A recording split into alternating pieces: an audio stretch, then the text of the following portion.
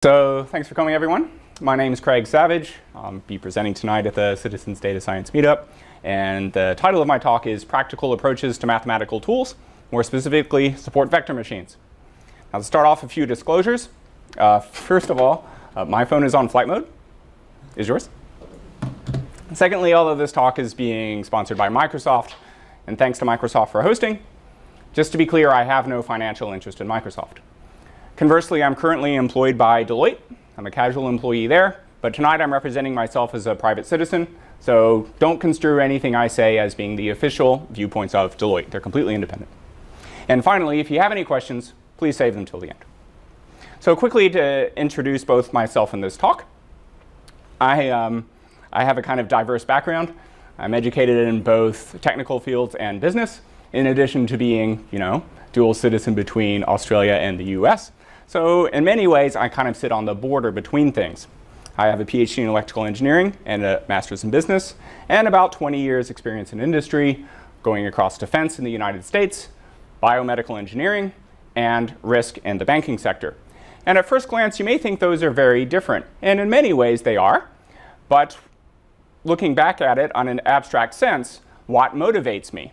And what motivates me personally is implementation of systems, flight tests for defense applications, patient trials in biomedical engineering, customer assessment, and the real-time implementation of the algorithms that I build is what motivates me. My goal is to have a measurable impact. So I'm not as concerned about the academics of it all. I've been through the whole paper writing thing. For me, my goal is to have a measurable impact. So now I want to briefly talk about support vector machines. It's a class of machine learning algorithms. It was popular in the 90s and early 2000s, so a while ago now. When I was doing machine learning more regularly, this was my go-to algorithm because the 90s and 2000s was when I was using machine learning more regularly. And it can be used for classification, regression, and anomaly detection. And I was listening to a podcast, and at the end of the podcast, they were discussing about, well, what's your favorite machine learning algorithm? And support vector machines were mentioned, and of course I have confirmation bias, so there I am very proudly my support vector machines representing. And this is specifically from the Data Camp podcast, the episode entitled Getting Your First Data Science Job with Chris Albom. And the host asks, which do you prefer, random forest or support vector machines? And I'm thinking, well, support vector machines, clearly. And the guest says, who uses support vector machines? I do. I cannot think of a single case of someone who has used a support vector machine in production. I've used the support vector machine in production. He said, well, they're mathematically cool. And I'm thinking, well, they're mathematically cool, yes, but that's not why I like them. And he goes on to say, I cannot think of a single time that someone would use a support vector machine over anything. I don't see that one moment when it's that killer model to use. And I'm thinking, but why? These are my favorite. Why are you saying such mean things about my favorite algorithm?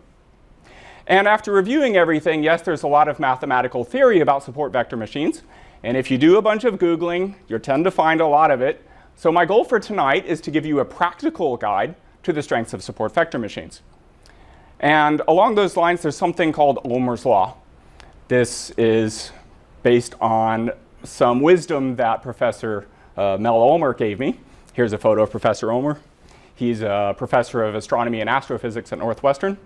And I don't know if he's originally who said this, but I'm going to give him credit.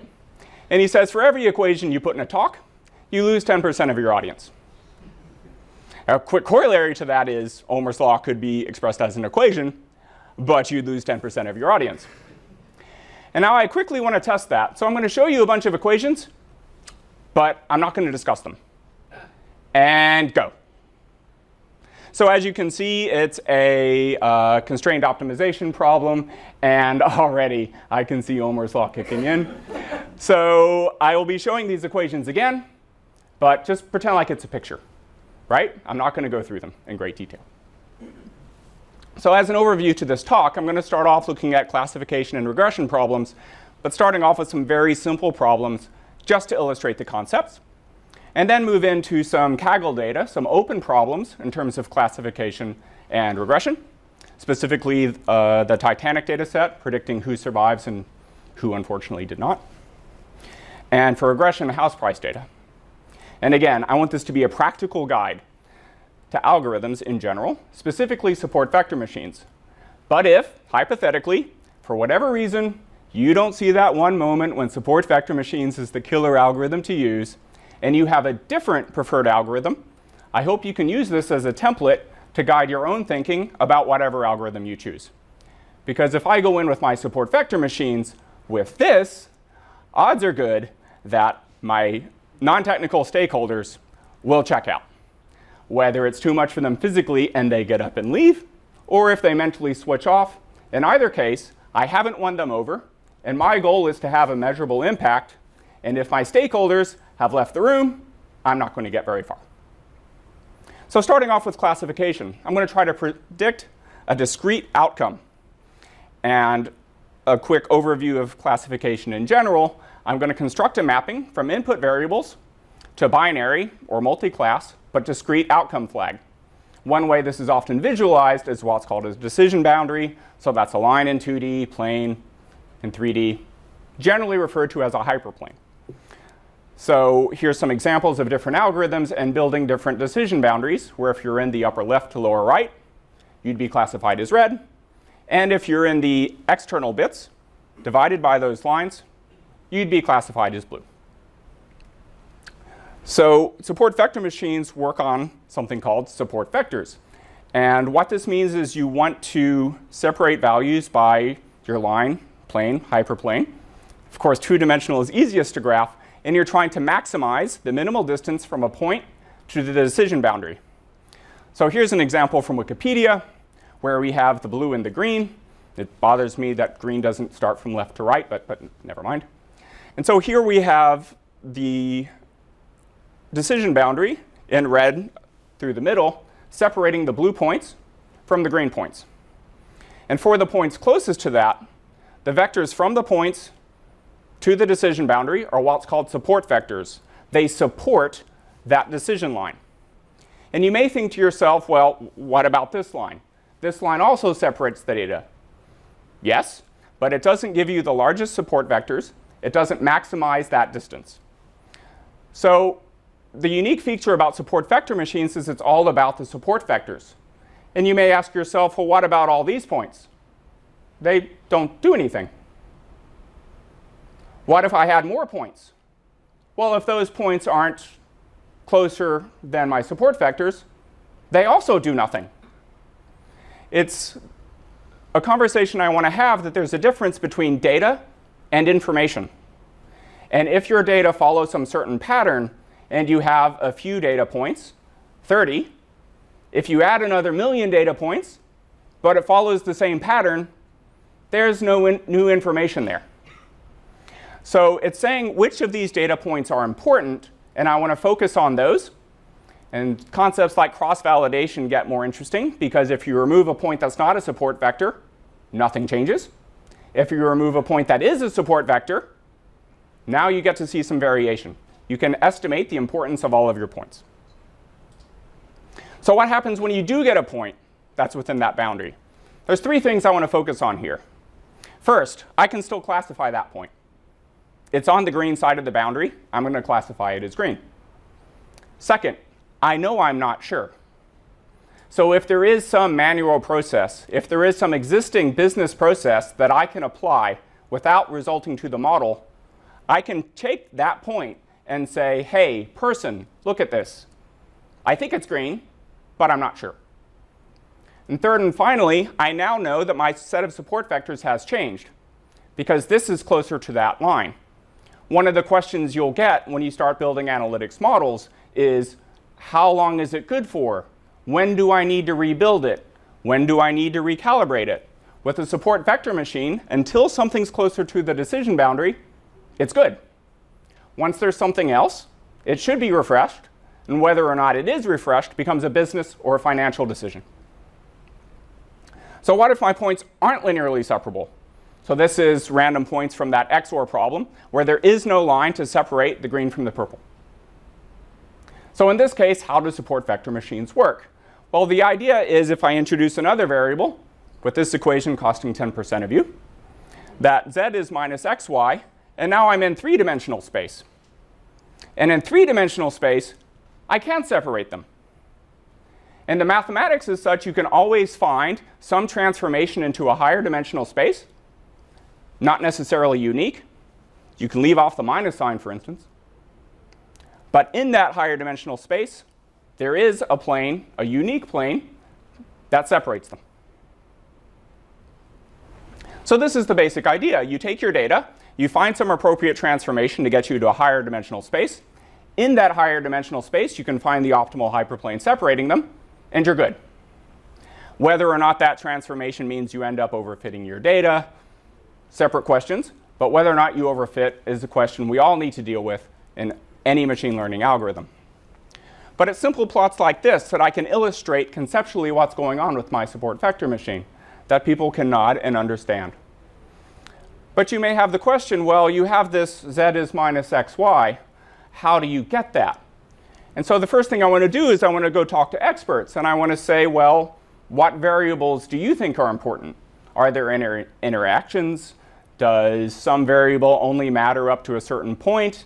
If it's greater than 100, if it's greater than some other thing, if middle values are bad.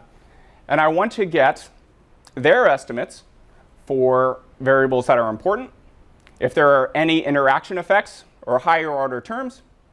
And in general, I want to leverage expert data because if nothing else, when I get to the point of signing off my model, if I haven't included their variable, I'm going to hear about it.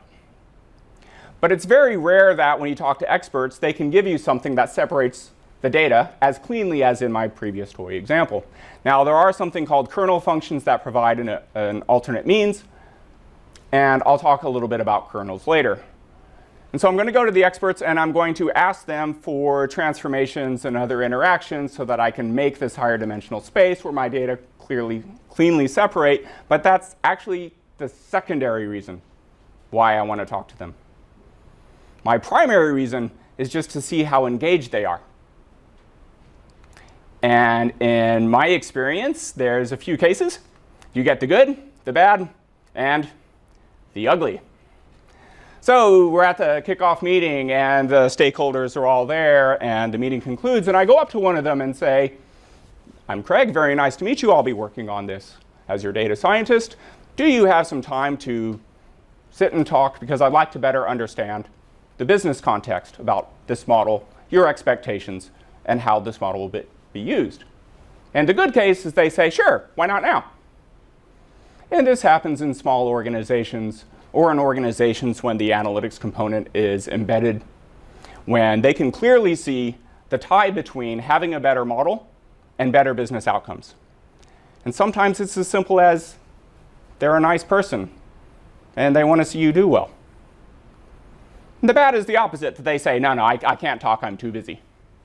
And without looking at the data, without considering any metric, the project's in trouble. Because if the organization is such that your high-level stakeholders are managing things crisis to crisis, until this is a crisis for them, I'm not going to get their time. And when we get to the end of the project, that's when I'm going to need to explain it to them. So while I say that I'm looking for variables in order to further extend this, this is what I'm more interested in. And I've said good and bad as two different things. While there is a continuum between them, there's a long way between let's talk now and let's talk never. Maybe they themselves don't have time, but they introduce you to another one of their team members, and their team member can help you. So what's ugly? Remember, the context here is I'm walking up to someone and say, hi, my name's Craig. I'm going to be the data scientist working with you. I'd like to better understand the business context. And sometimes they just look at you like you're from a different planet. And yes, I've had this happen. And data scientists or engineers aren't known for their social graces, but it seems to me this is below expectations for meeting a stranger. When you're in the same organization and this happens, but you need to put yourself in their shoes and understand the contempt they may feel that all these data scientists with all their advanced degrees come in, but they just want to take the complexity of the business and reduce it down to a single number, and it can't be done. And the frustration they feel that you're so smart and you do all these things and you're good at math, but you have no business acumen. And so this rift develops between the business and the analytics. And that's how things get ugly. So I mentioned kernels because if you talk to the experts and you don't get variables that cleanly separate your data, what are you meant to do? So the idea of kernel functions is kind of central to support vector machines. And the idea is you don't need to explicitly map to a higher dimensional space. The only thing you need in that higher dimensional space is the inner product between two vectors. So you say, I'm not going to explicitly go to this higher dimensional space and compute inner products. I'm going to say that this function calculates the inner product for me. This is the so-called kernel trick. There's a bunch of mathematics about what makes an admissible kernel, what makes a kernel admissible not. And you get radial basis functions, you get polynomials, linear, hyperbolic tangents. You can take any combinations of those kernels. And they're very important, but I don't have any easily communicated insights for you besides see what works. If you dive into the mathematics, there is something called the VC dimension, but it's highly mathematical, and I'm not going to present equations to you.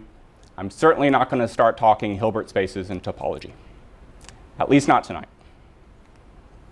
So if I move on to regression and I want to predict a continuous variable, it's very similar. Predict to a higher dimensional space. If you can find a higher dimensional space, great. If not, use a kernel. Find the support vectors and express the curve as a function of those vectors.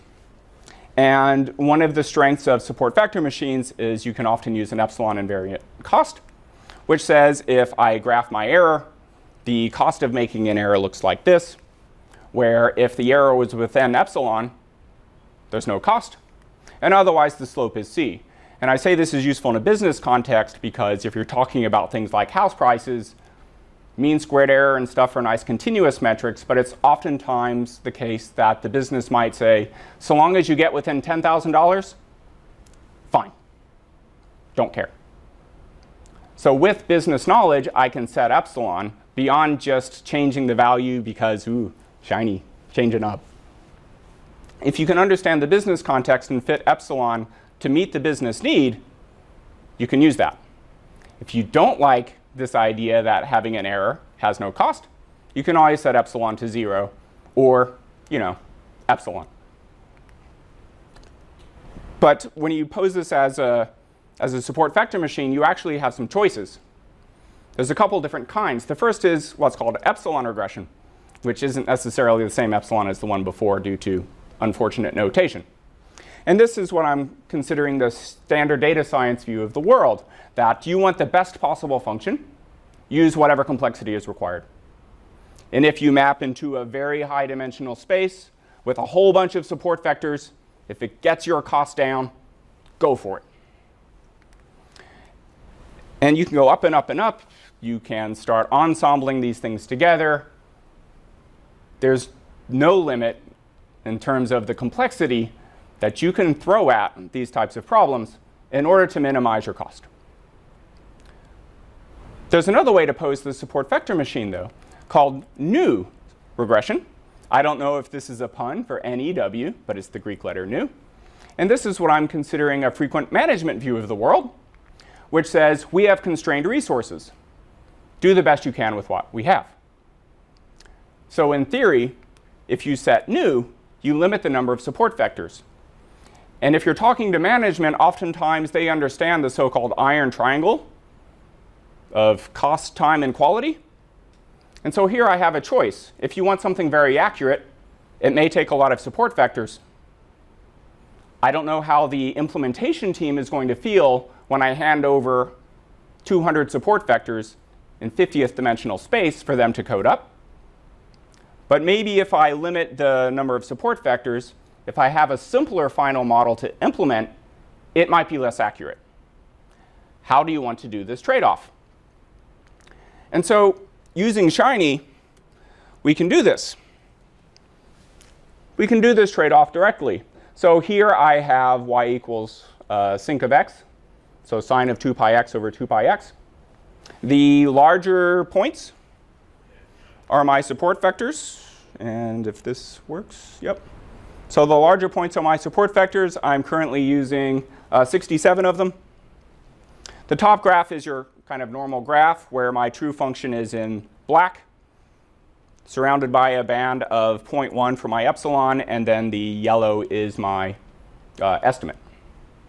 And in the bottom, I have a different type of graph. The bottom is predicted versus actual, where if I had a perfect model and I was predicting it perfectly, all of the points would line up on that black dotted line.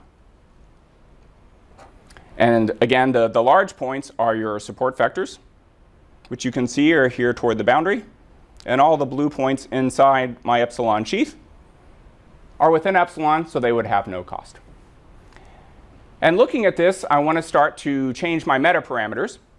And I notice that there's a whole bunch of points right on the boundary, so they have low cost because they're not far above epsilon. So to snap them in, we increase the cost. And now I'm using 9 support vectors. And if you think about the bias variance trade-off, well, I've got this wave kind of function. Is that real? Or is that noise? I can make all the mathematicians twitch by increasing epsilon. Now I'm using 6 support vectors. But now my function doesn't have that waviness to it anymore. Now it's a simpler function, which is within 0.2 of my truth, not within 0.1. How much of my data is noise, and how much is really signal? But I can trade that off here explicitly. And you may say, well, 0.2 is too much. Make it 0.02. Not 0.0.2, but 0.02. And we can continue doing this. Now I'm using nearly 100 support vectors, but most of my points are within 0.02. Many of them are right on the boundary, increase the cost, and it snaps back in. But whether or not I can use 15 support vectors, it doesn't sound like a lot. But maybe the implementation team says, no, no, no, you only get 10. OK. Let's swap. Let's swap to new. Now, it's possible they say you can only use 10, and I say, well, how about 12? Is 12 close enough to 10? Where'd you get this 10 from? And if they say, oh, OK, fine, then we're done. With 12 points, most of them are within 0.02, we're done. But if they stick to their guns and say, no, no, you need to use 10, come on. It updates and we get to 10. There are still some points outside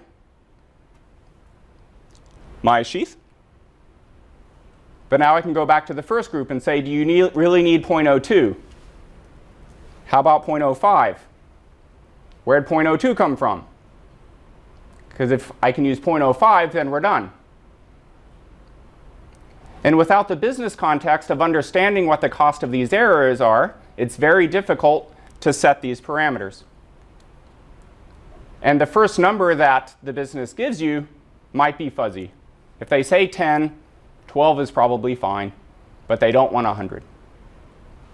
So if you make things interactive and start setting your parameters interactively, you might be able to get a model across the line faster. And if, for whatever reason, they say, no, no, we want 0.2 and 10 support vectors, oftentimes if you remind them of that iron triangle of time, cost, and quality, or time, complexity, and quality, this is going to take more time then. That's an easier argument to make in terms that the business understands. So let's move on to real problems. Talking about Titanic survival, this is an ongoing Kaggle competition, so you can go out, go home, create a Kaggle account, and enter this now. It's ongoing, it just keeps rolling over. There's 11 independent variables and a binary outcome. 0 means that unfortunately the person did not survive. 1 means they did. And the variables are listed there. Cabin, there's a large number of missing variables, so I excluded it. Ticket ID, passenger ID, and name, I don't think will generalize well. But then I have the remaining 8 variables. And now I'm going to fit an SVM to this, but I have 8 independent variables. Visualizing this is very hard. I can't build the little shiny app showing my independent variable and dependent variable on a nice graph. So what do? So here I've got a sample of some of them. And I can show this to stakeholders and say, what do you reckon? What do you think? And if I'm lucky, they'll play along.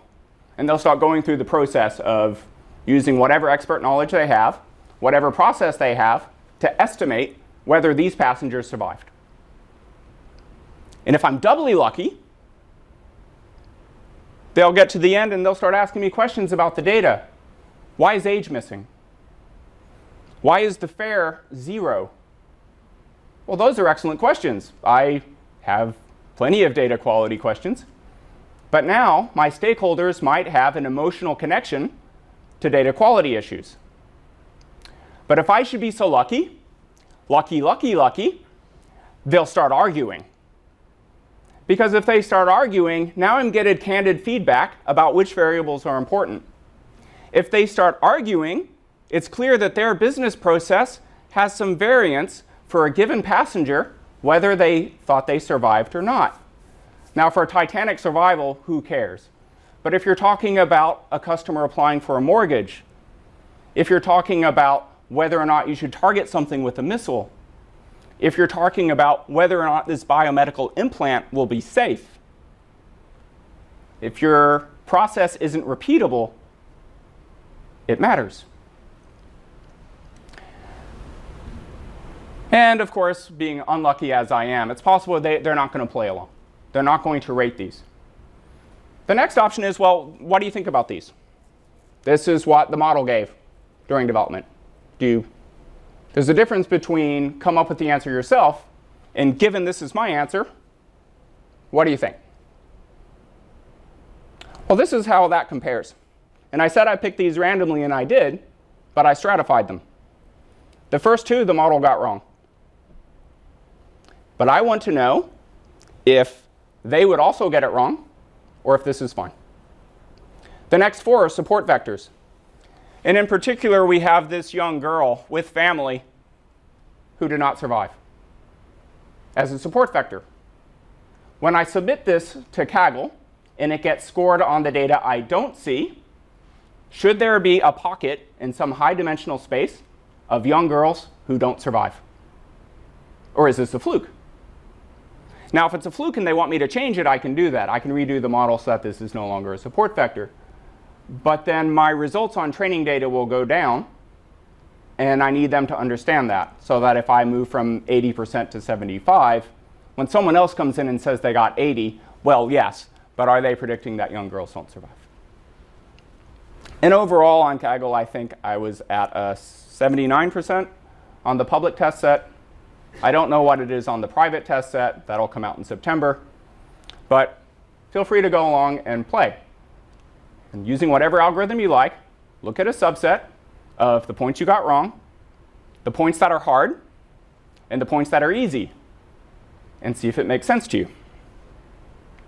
Moving on to regression, there's a data set for house prices. It's from Ames, Iowa. So the previous talk I gave was looking at house prices in Melbourne. These aren't Melbourne house prices, so don't be surprised when they're not in line with your expectations looking at Melbourne house prices. There's 81 variables. I'm not going to list them. It's a mix of discrete, continuous, categorical, with missing values, outliers. Some categories have small representation. It's a real data set. So looking at plotting that, I have what I'm calling the baseline model. Something good that Kaggle does is it gives you an example. And it says, here's some simple model that we've put together so that you can test your model against. And I think here it was using lot area and number of bedrooms or something. So using 2 or 3 variables, again, predicted is on the x-axis, the observed is on the y-axis, and you can see that most of the predictions are somewhere between about 150 and 300,000. But with the support vector machine, they're more spread out. And if I think about the person using this model, if they're using the one on the left, yes, it's much worse. But pretty much anything they put in comes back between 150 and 300,000. The first day this model goes live and they input a house and it comes in at 70,000, are they going to panic? This is something they've never seen before. How is this model being rolled out? Are the people using it ready? And I could go through the same procedure I did before. I can look at my predicted versus actual and change epsilon. In order to do that, if I look at the business context and I look at the impact, I don't know. One of my concerns with Kaggle is, yes, you can go out and practice regression, but what is the impact of my model? If my old model gave an estimate of $200,000 and it ends up selling for $100,000, if I'm the buyer, this is great. If I'm the seller, this is terrible. And if my model says it's $200,000 and actually I just want the value so I can assess property taxes, there's no sale price.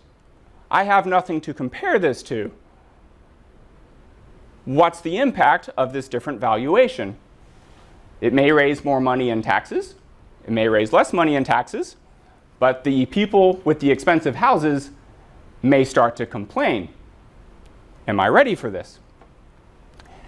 And if you're not sure what the impact is going to be, if you say this house is worth $200,000 and it sells for $100 or $300 or whatever it's currently done, if you don't know the impact, do you need a model?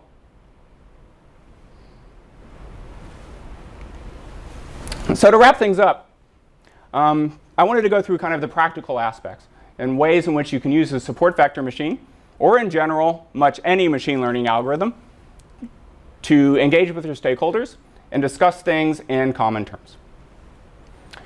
So stakeholder engagement, it's sometimes hard to define what that means. So a couple recommendations. First is negotiations. If you're going to kick off a data science project in the first place, if you want to convince someone to hire you, you need to go through negotiations. So if you want to be a better data scientist, learn negotiations. Active listening. Oftentimes when someone tells you a problem, they'll discuss the impact of the problem, the consequences of the problem. Until you can determine and address the causes of the problem, you're not going to have as much of an impact. And you can practice. Before, when everyone was sitting here, I said, well, introduce yourself to someone. Tell you a secret, I still don't like going up to strangers and introducing myself. The more you do it, the easier it gets. And at university, you're probably used to question answer, problem solution. In my experience, and thus my opinion, problem. Help me understand the context of the problem. How did you find this problem? How long have you had this problem?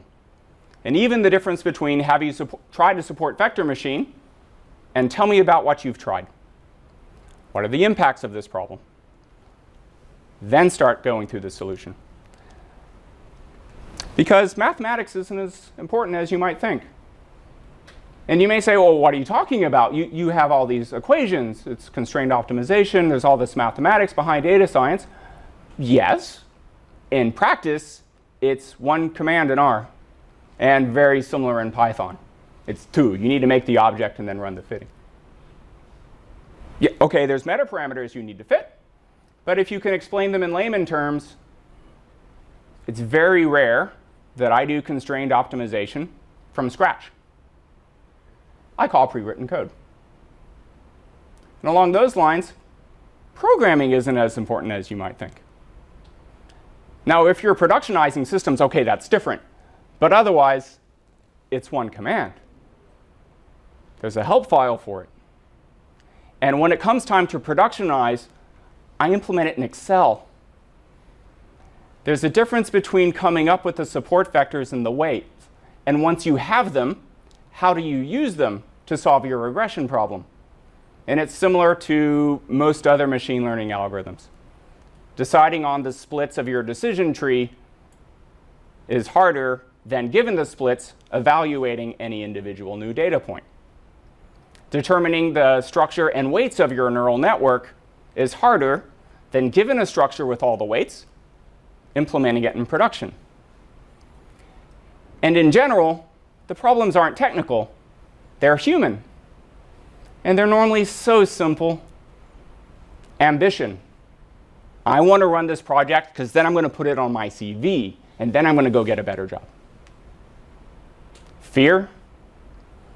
I'm not going to tell you everything I know because you'll automate it, and then I'll lose my job.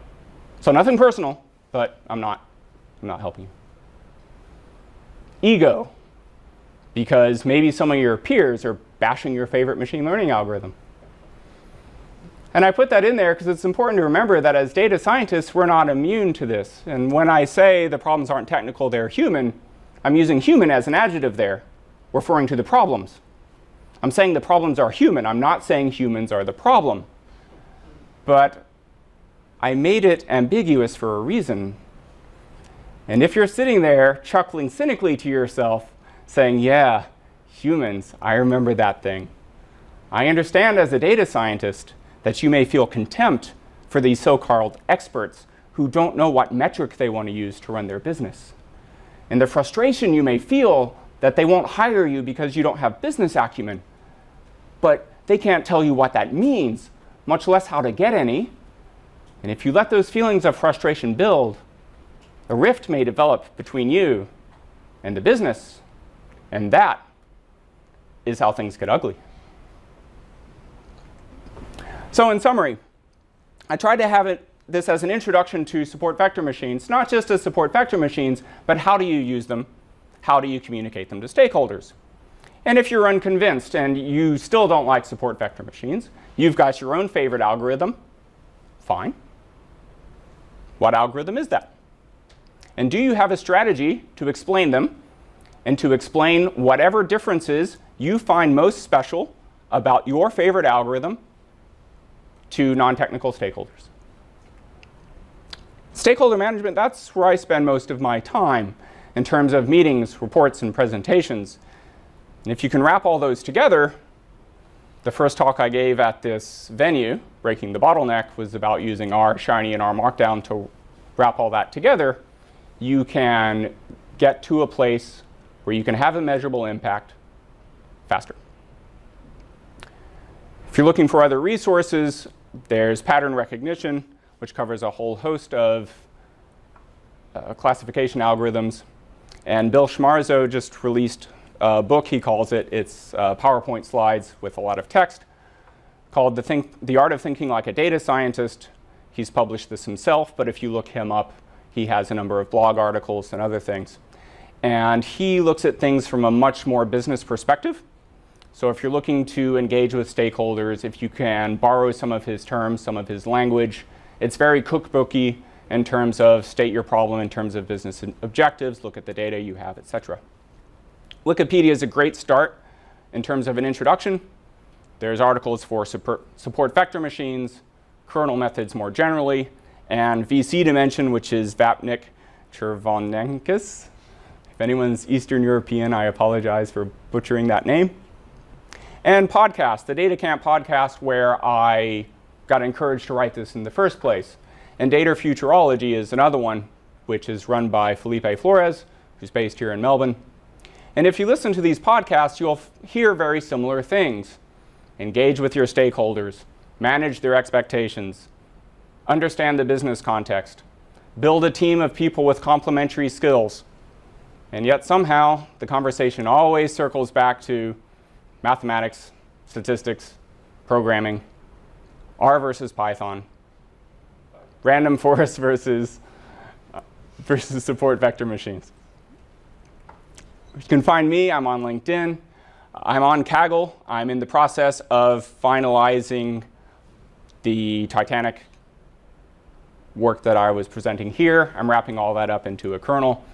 And I try to have my kernels with a similar vein to this presentation. I don't just want to have a whole bunch of code, a whole bunch of plots.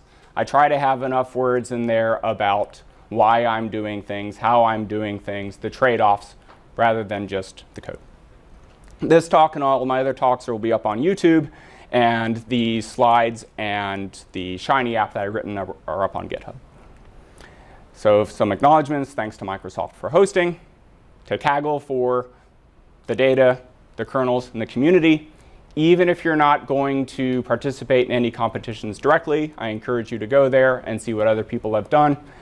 And Jiffy, because it's more fun with animated GIFs. And to all of you, thank you.